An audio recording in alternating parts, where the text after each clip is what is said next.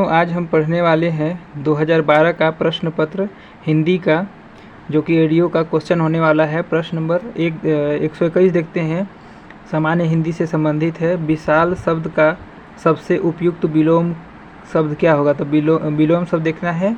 विशाल का हो जाएगा क्षुद्र हो जाएगा, क्योंकि छोटा का होता है बड़ा होता है और छोटा का बड़ा हो जाएगा। लघु का हो जाएगा दीर्घ और सूक्ष्म का हो जाएगा स्थूल।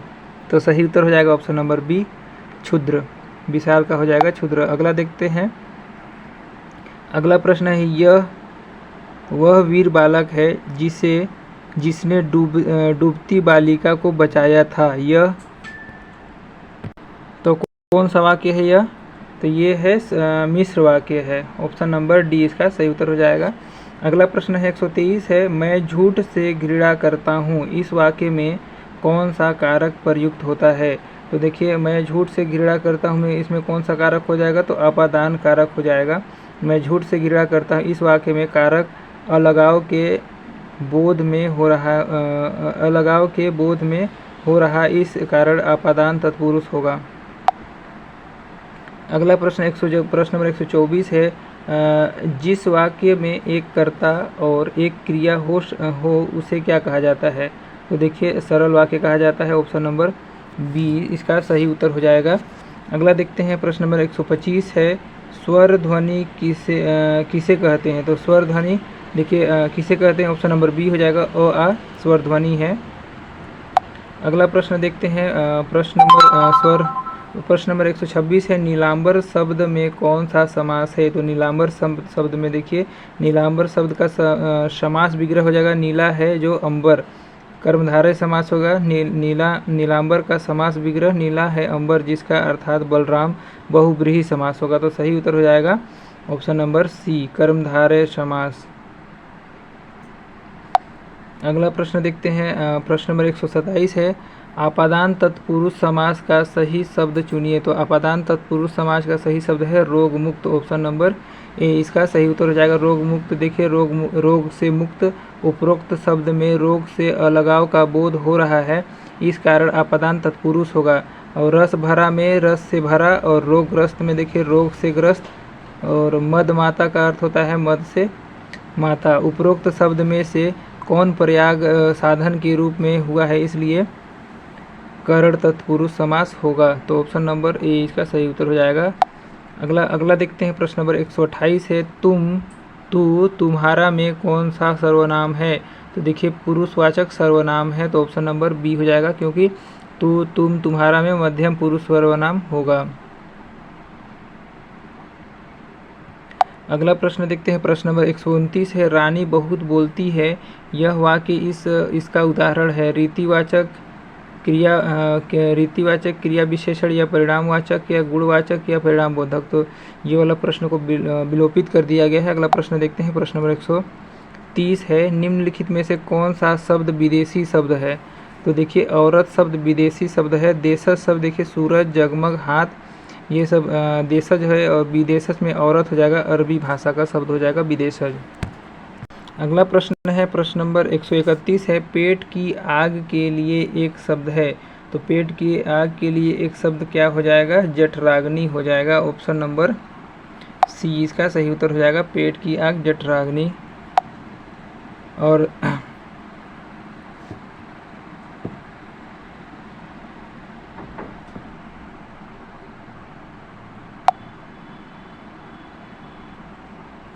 देखिए, दावा नल क्या बोलते हैं? दावा अग्नि को, जंगल में लगने वाला आग को। बड़वा नल में समुद्र में लगने वाला आग। और जठराग्नि या जठरा नल को पेट में लगने वाला आग को बोलते हैं। तो ऑप्शन नंबर सी इसका सही उत्तर हो जाएगा। अंधे की लकड़ी का अर्थ क्या होता है? एकमात्र सहारा होता है। तो सहारा होना होगा ऑप्शन नंबर डी। तो अंधे की लकड़ी एकमात्र सहारा। निम्न में स्त्रीलिंग है। 131 प्रश्न में 131 है। प्रश्न नंबर 133 है। स्त्रीलिंग शब्द कौन सा है? सीमा है, वेदना है, या फिर बाजरा है, या आटा है? तो देखिए, डी वेदना एक स्त्रीलिंग शब्द है, क्योंकि स्त्रीलिंग वेदना है। और पुल्लिंग है सीमा, बाजरा, आटा, ये सभी पुल्लिंग हो जाएगा। अगला प्रश्न देखते हैं। उर्दू का उपसर्ग है तो बीन है, बे है, या फिर चौ है, या ऊन है। तो देखिए उर्दू का उपसर्ग हो जाएगा ऑप्शन नंबर सी, बे हो जाएगा। उर्दू का उपसर्ग बे, और फिर हिंदी का उपसर्ग है बीन, ऊन और चौ। अगला प्रश्न है सचित्र में कौन सी संधि है? तो सचित्र में कौन सी संधि है? व्यंजन संधि है। ऑप्शन नंबर ए इसका सही उत्तर हो जाएगा। सत्य धन चरित्र है, देखिए इसके सत में आ जाता है अ और प्लस में च, ये व्यंजन संधि हो जाएगा।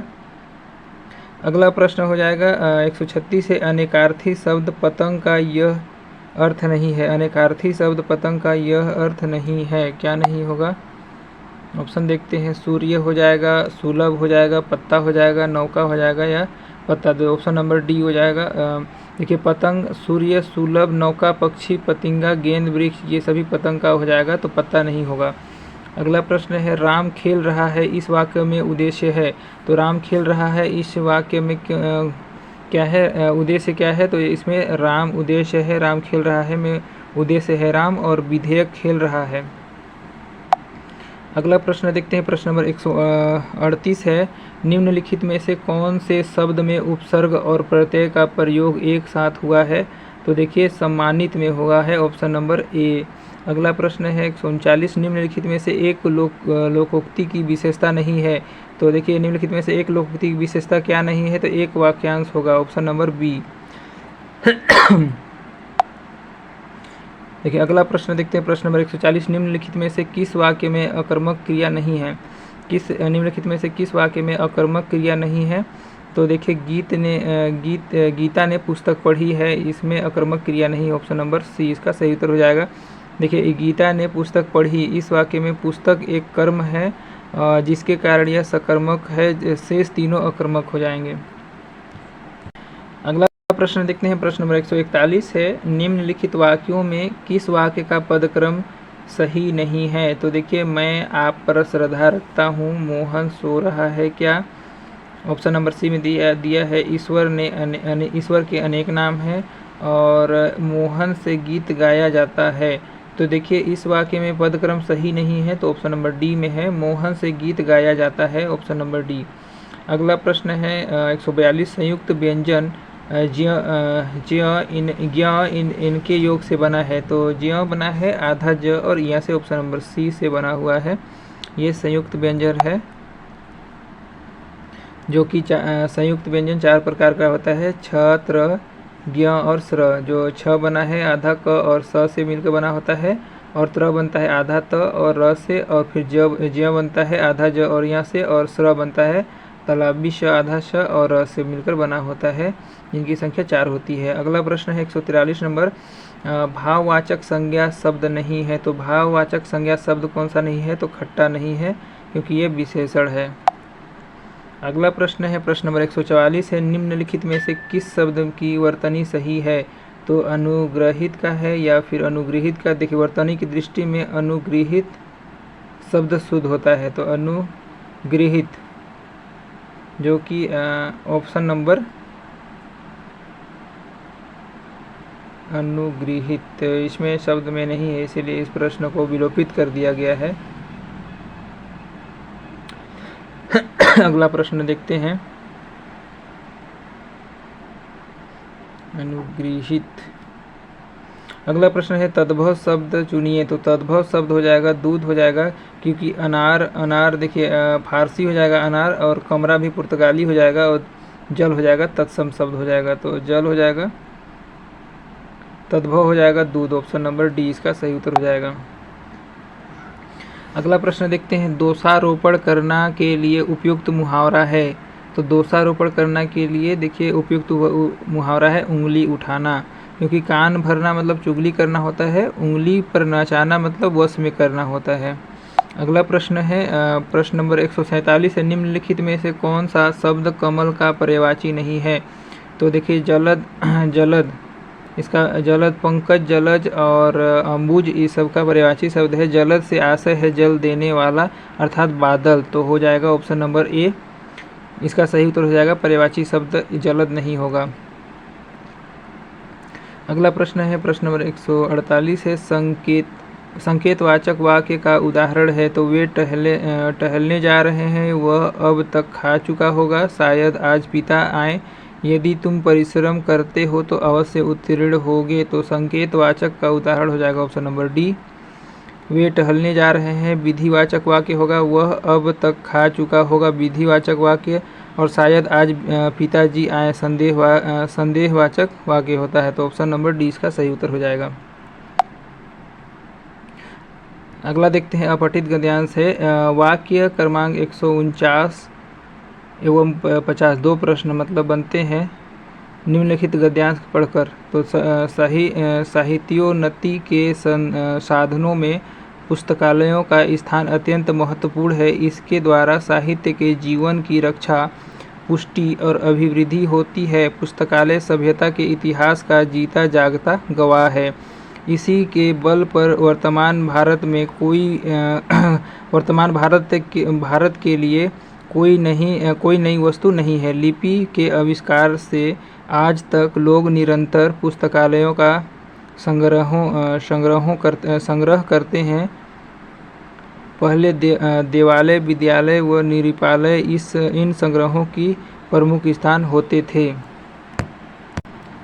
लेकिन मुद्रण कला के आविष्कार से पूर्व पुस्तकालयों का संग्रह करना आज तक की सरल बात नहीं थी।